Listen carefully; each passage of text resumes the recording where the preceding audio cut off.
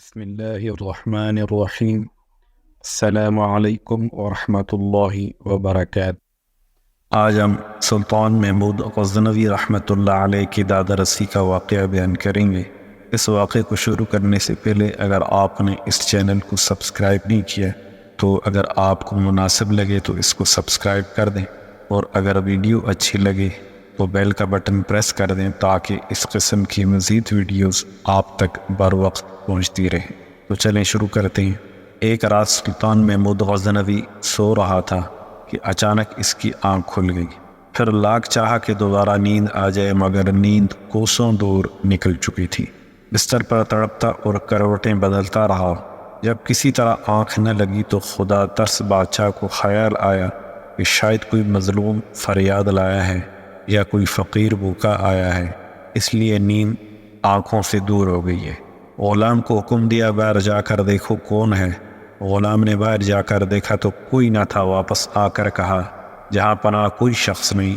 محمود نے پھر سوچا کہ سو رہے مگر نیند نہ آنی تھی، نہ آئی۔ وہی بے چینی اور گھبراہٹ پیدا ہو گئی۔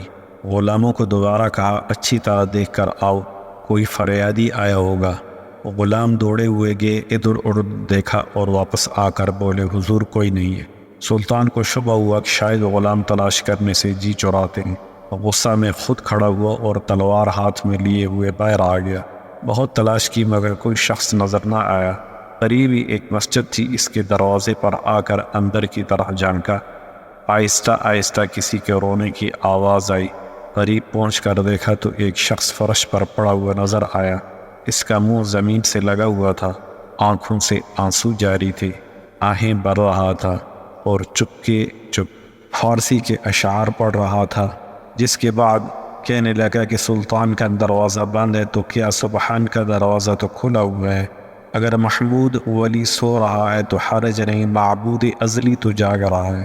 محمود یہ سن کر اس کے بالکل قریب پہنچ کر بولا، محمود کی شکایت کیوں کرتا ہے؟ وہ تو ساری رات تیری تلاش میں بے چین ہے۔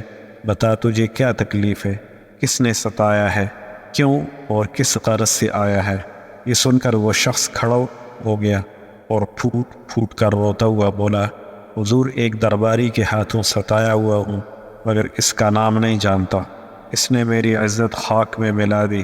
آدھی رات کو مستی کے عالم میں میرے گھر آتا ہے اور میرے شریک زندگی کی عصمت کو داغدار کرنے کی کوشش کرتا ہے۔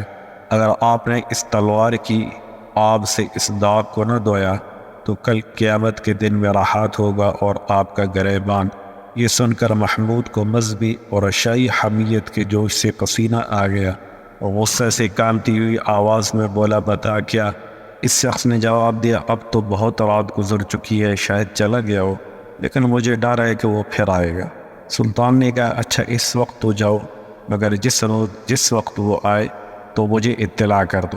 اس شخص نے سلطان کو دعا دی اور رخصت ہو کر چلا ہی تھا کہ سلطان نے ٹھہرنے کا حکم دیا اور پہرے داروں سے کہا کہ دیکھو، یہ جس وقت بھی آئے، خواہ میں سوتا ہوں یا جاگتا ہوں، اس کو فوراً مجھ تک پہنچا دو۔ اتنا کہہ کر محمود اندر آیا اور وہ شخص اپنے گھر چلا گیا۔ تیسری رات وہ شخص شاہی محل سرا کے دروازے پر پہنچا۔ پہرے داروں نے اس کی شکل دیکھتے ہی سلطان کی خدمت میں پہنچا دیا۔ سلطان جاگ رہا تھا، تلوار لے کر اٹھ کھڑا ہوا اور بولا، چلو رات کو شکار کرنے والی لومڑی تک مجھے لے چلو۔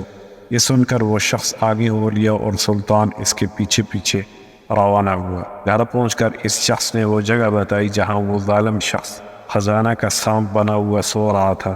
سلطان نے تلوار کا ایک بھرپور ہاتھ ایسا جمایا کہ تمام فرش پر انصاف کا لالہ زار کھل گیا۔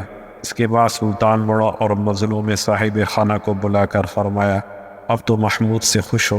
یہ کہہ کر محمود نے مصلی منگوایا اور ایک طرف بچھا کر 2 رکعت شکرانہ کی نماز ادا کی۔ پھر اس شخص سے مخاطب ہو کر پوچھا، گھر میں کچھ کھانے کو ہو تو لاؤ۔ اس شخص نے جواب دیا، ایک چیونٹی سلطان کی کیا خاطر کر سکتی ہے، جو کچھ ہے حاضر کرتا ہوں۔ یہ کہہ کر دسترخوان ڈھونڈ کر سوکھی روٹی کے کچھ ٹکڑے لیے ہوئے آیا اور سلطان کے سامنے رکھ دیے۔ سلطان نے اس رغبت اور شوق سے یہ ٹکڑے کھائے کہ شاید عمر بھر میں کوئی لذیذ غذا اس طرح نہ کھائی ہوگی۔